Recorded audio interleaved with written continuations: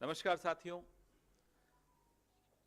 पिछले कई दिनों से 2 सितंबर से हमने कुछ शुरू किया। लगातार हमने खुलासे किए सेबी चेयरपर्सन माधवी जी के विषय में, उनकी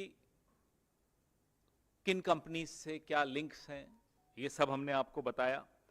2 सितंबर को मैंने एक प्रेस वार्ता की कि 16 करोड़ 80 लाख आईसीआईसीआई से, आईसीआईसीआई बैंक और आईसीआईसीआई प्रूडेंशियल से अलग अलग वक्त में अलग अलग कैटेगरीज में उन्होंने कैसे अर्जित किए। उस दौरान आईसीआईसीआई के कई केसेस सेबी में थे। 3 सितंबर को आईसीआईसीआई ने कुछ जवाब दिए हमें, और उन जवाबों पे हमने फिर से 6 सितंबर को हमने फिर से कुछ और काउंटर क्वेश्चंस किए जिसका जवाब अभी नहीं आया।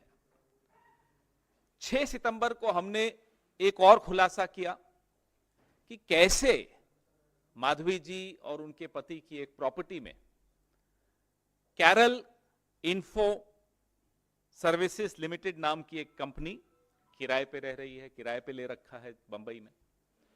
और ये कैरल जो कंपनी है, ये वोकार्ड की ही कंपनी है। वोकार्ड के भी कुछ फाइलें सेबी में गई हुई हैं, केसेस सेबी डील कर रही थी। 10 सितंबर को हमने एक और खुलासा किया। ये मैं थोड़ा रिकैप कर रहा हूं, I am just recapping everything so that your memory is refreshed and then I come to today's allegations. 10 सितंबर को हमने एक और खुलासा किया कि माधवी जी ने सार्वजनिक तौर पे कहा कि Agora advisory private limited dormant हो गई थी जब से वो सेबी में आई। वो गलत बयानी थी, वो झूठ था। ना केवल अघोरा लगातार उसके बाद भी कंसल्टेंसी सर्विसेज दे रही थी, बड़े बड़े कॉर्पोरेट्स को दे रही थी, बड़ी बड़ी कंपनीज को दे रही थी, ऐसी कंपनीज को दे रही थी जो सेबी से भी, जिनका केसेस सेबी में खुले हुए थे। ना केवल ये, बल्कि माधवी जी अघोरा एडवाइजरी प्राइवेट लिमिटेड की 99% शेयर होल्डर थी। ये हमने आपको 10 तारीख को बताया। इस दौरान Mahindra and Mahindra, doctor Reddy's laboratories, Pidilite, इन सब ने हमें छोटा छोटा जवाब दिया। उन्होंने ये अपने जवाब में ये स्वीकार किया कि उन्होंने अघोरा को पेमेंट्स दी हैं कंसल्टेंसी की एवज में। यही बात हम खुलासा करके सामने लाए थे, तो उन्होंने ये कंफर्म किया है। क्योंकि ये पेमेंट्स जो माधवी जी के पति की कंपनी, वैसे तो माधवी जी 99% शेयर होल्डर हैं, लेकिन जॉइंट कंपनी को जो कंसल्टेंसी की मार्फत ये पेमेंट्स आई हैं, वो section 5 code on conflict of interest of members of board 2008 की अवहेलना करता है, उसको वायलेट करता है। यही हमारा पॉइंट था, ये साबित हुआ। इसके बाद महिंद्रा ने अभी तक जवाब नहीं दिया इस बात का कि जो धवल बुच साहब को पर्सनली भी एक सैलरी गई और उनकी कंसल्टेंसी कंपनी अघोरा को भी पैसा दिया, इसके बारे में कोई स्पष्टीकरण महिंद्रा एंड महिंद्रा ने अभी तक नहीं दिया। क्या महिंद्रा एंड महिंद्रा को नहीं पता था कि धवल जी की पत्नी सेबी में है? केवाईसी नहीं हुआ था क्या? हम सबको तो अकाउंट खोलने में केवाईसी होता है, क्या इन्हें मालूम नहीं था क्या? आप धवल बुच साहब को पर्सनली भी पैसा दे रहे हो, उनकी कंपनी को भी पैसा दे रहे हो।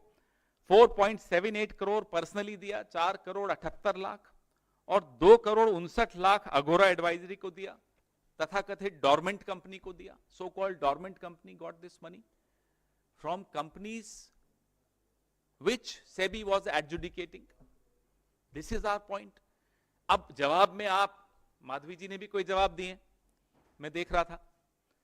जवाब में आप कहें कि साहब हमारी ये क्वालिफिकेशन है, आप बोले पवन जी आपने ये क्यों किया, सवाल आप मुझसे पूछें तो क्या मैं अपनी डिग्रियां गिनाऊंगा?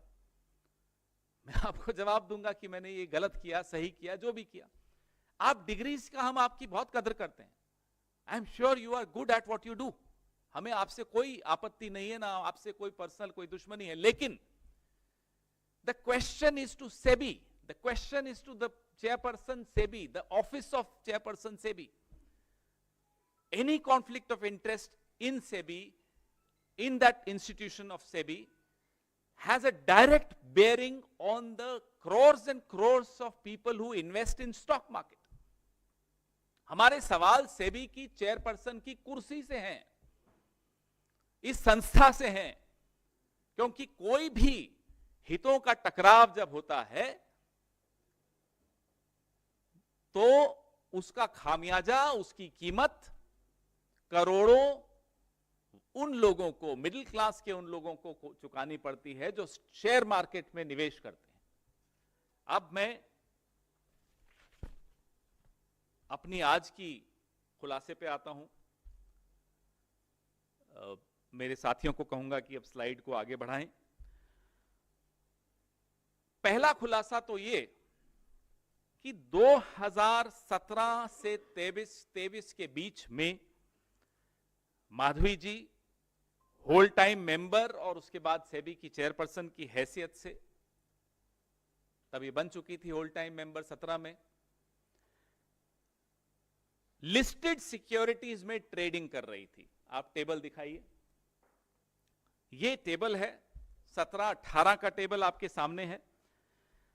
4 करोड़ 72 लाख, 18-19 में 19 करोड़ 54 लाख, 19-20 में 2 करोड़ 6 लाख, 20-21 में 6 करोड़ 91 लाख। ये आपके सामने है। टोटल 36 करोड़ 96 लाख, लगभग 37 करोड़ की इन्होंने ट्रेडिंग लिस्टेड सिक्योरिटीज में की है। आप कहेंगे तो क्या हुआ? तो उसका जवाब यह है कि ये भी सेक्शन 6, ये सेक्शन 6 इसमें है, आपको मैं दे रहा हूं, of SEBI's code on conflict of interest for members की अवहेलना है।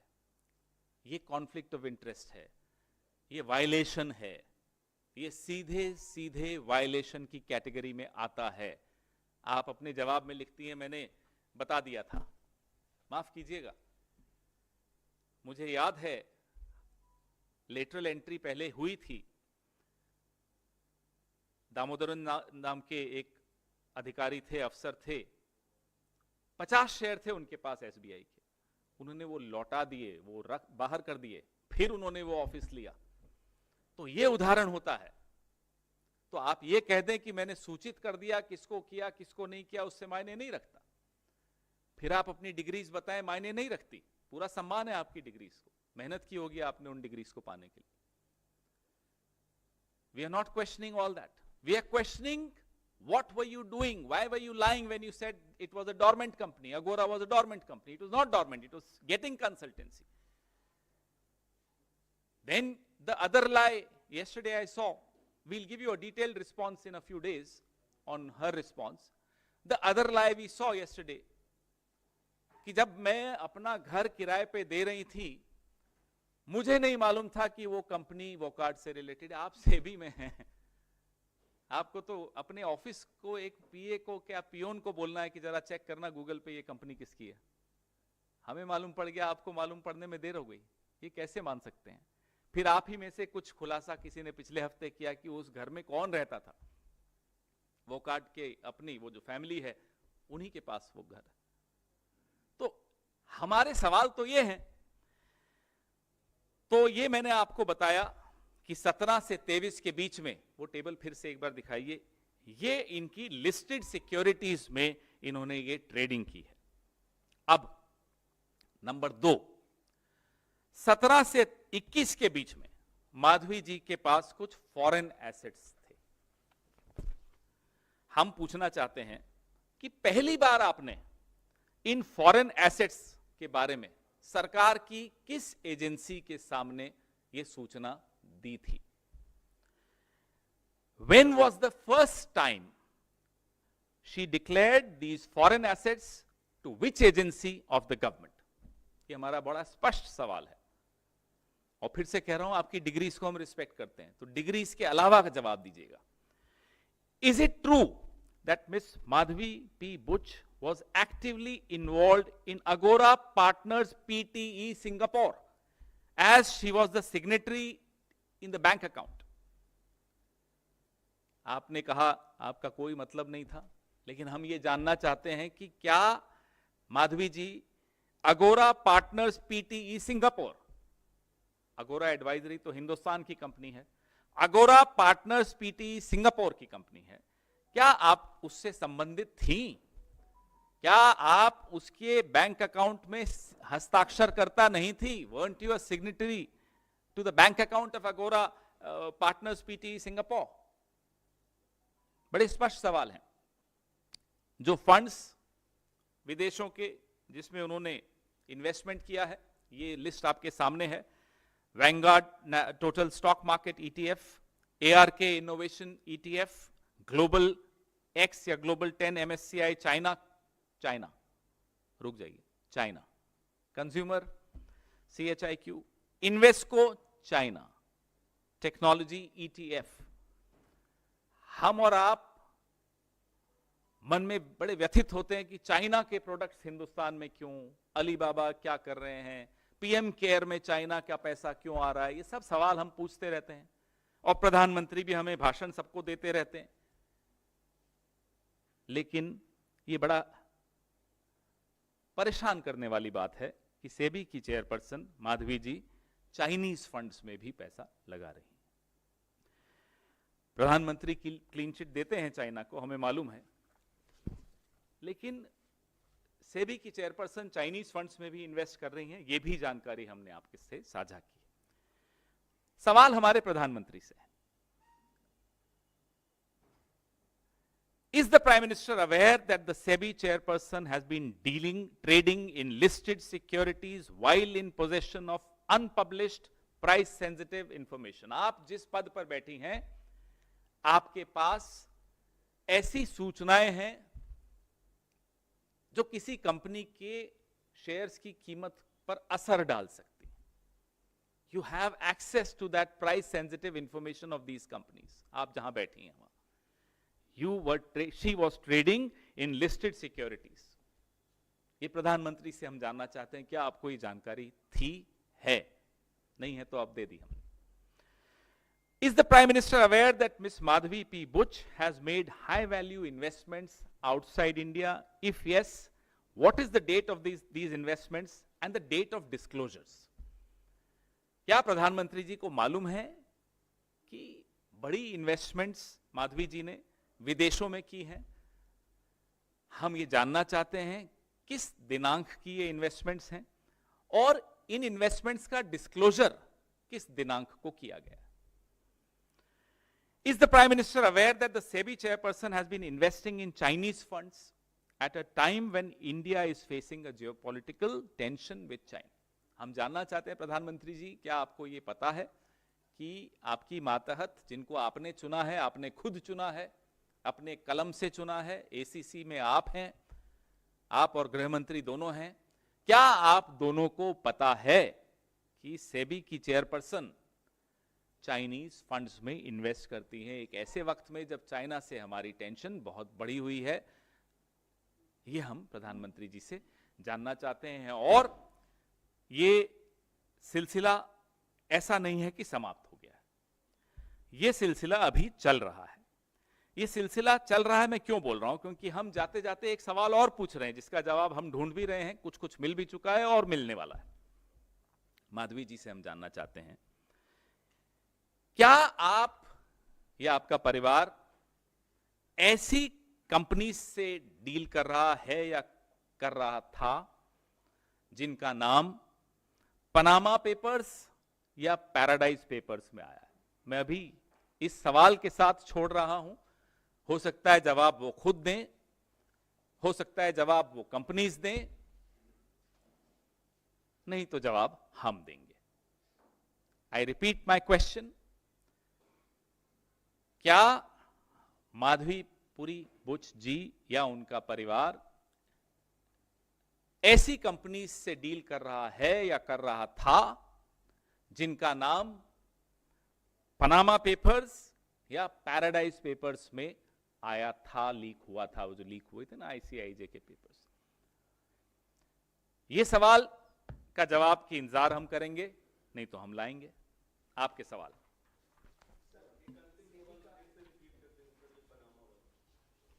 हिंदी में, इंग्लिश में? हम माधवीपुरी बुच जी से और उनके परिवार से ये जानना चाहते हैं, क्योंकि वो सेबी की चेयरपर्सन है, इसलिए ये सवाल प्रासंगिक है कि क्या ऐसी किसी कंपनी से आपने या आपके परिवार ने कोई रिश्ता रखा था या रखा है जिन कंपनीज का नाम पनामा पेपर्स या पैराडाइज पेपर्स में आया था?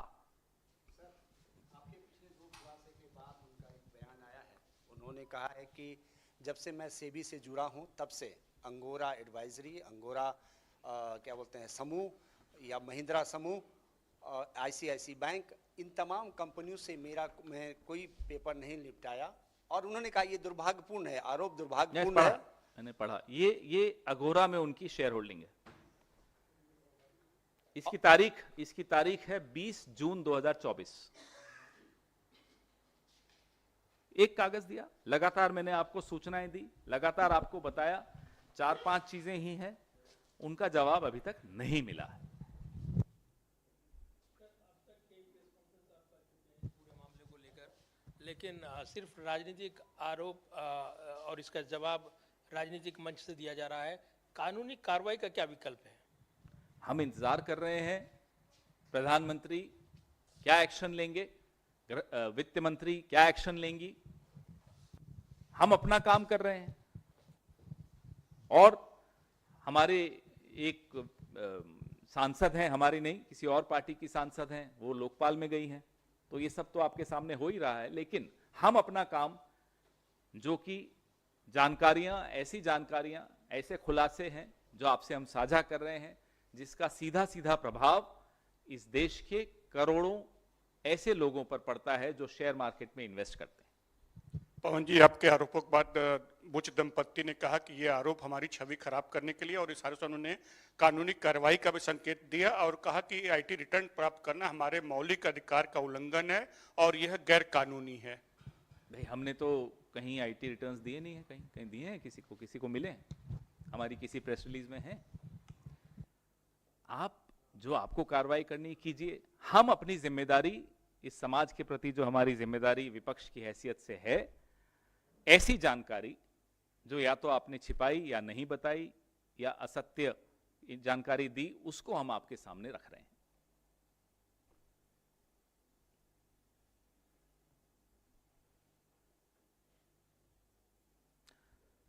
Can we show the carol story जो अभी मैंने आपको दी थी? Can we show it to them? और कुछ इसी विषय में? नहीं, इसके अलावा नहीं। अब सीधा हरियाणा जा रहे हैं इसके बाद हम।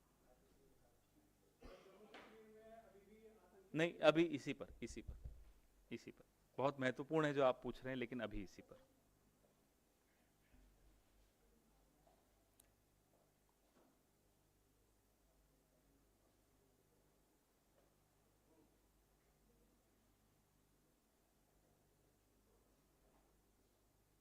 दिखा सकते हैं आप?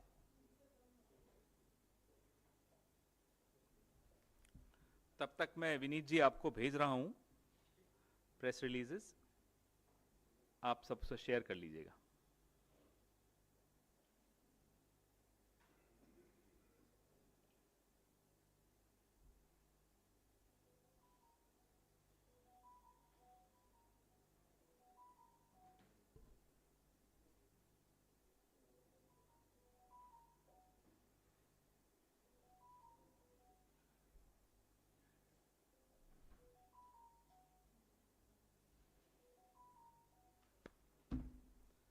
नहीं दिखा पा रहे तो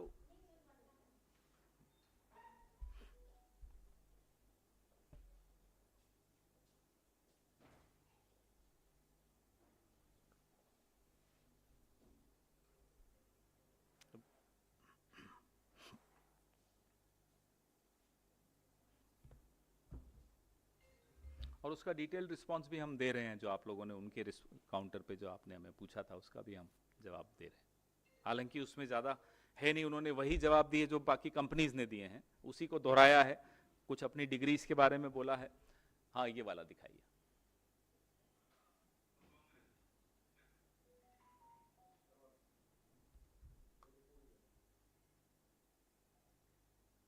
ये आप पढ़िए, ये आप ही लोगों ने किया है, हमारे खुलासे के बाद किया है, उसके लिए धन्यवाद। कुछ पत्रकार शायद इस प्रॉपर्टी पे पहुंचे जो किराए पे दी गई है, और ये कंफर्म हुआ कि उसमें ये लोग रह रहे हैं। ये जानकारी आपके लिए भी साझा करना मेरे लिए जरूरी था। तो खोजी पत्रकारिता फिर से जीवित हुई है। धन्यवाद। Thank you.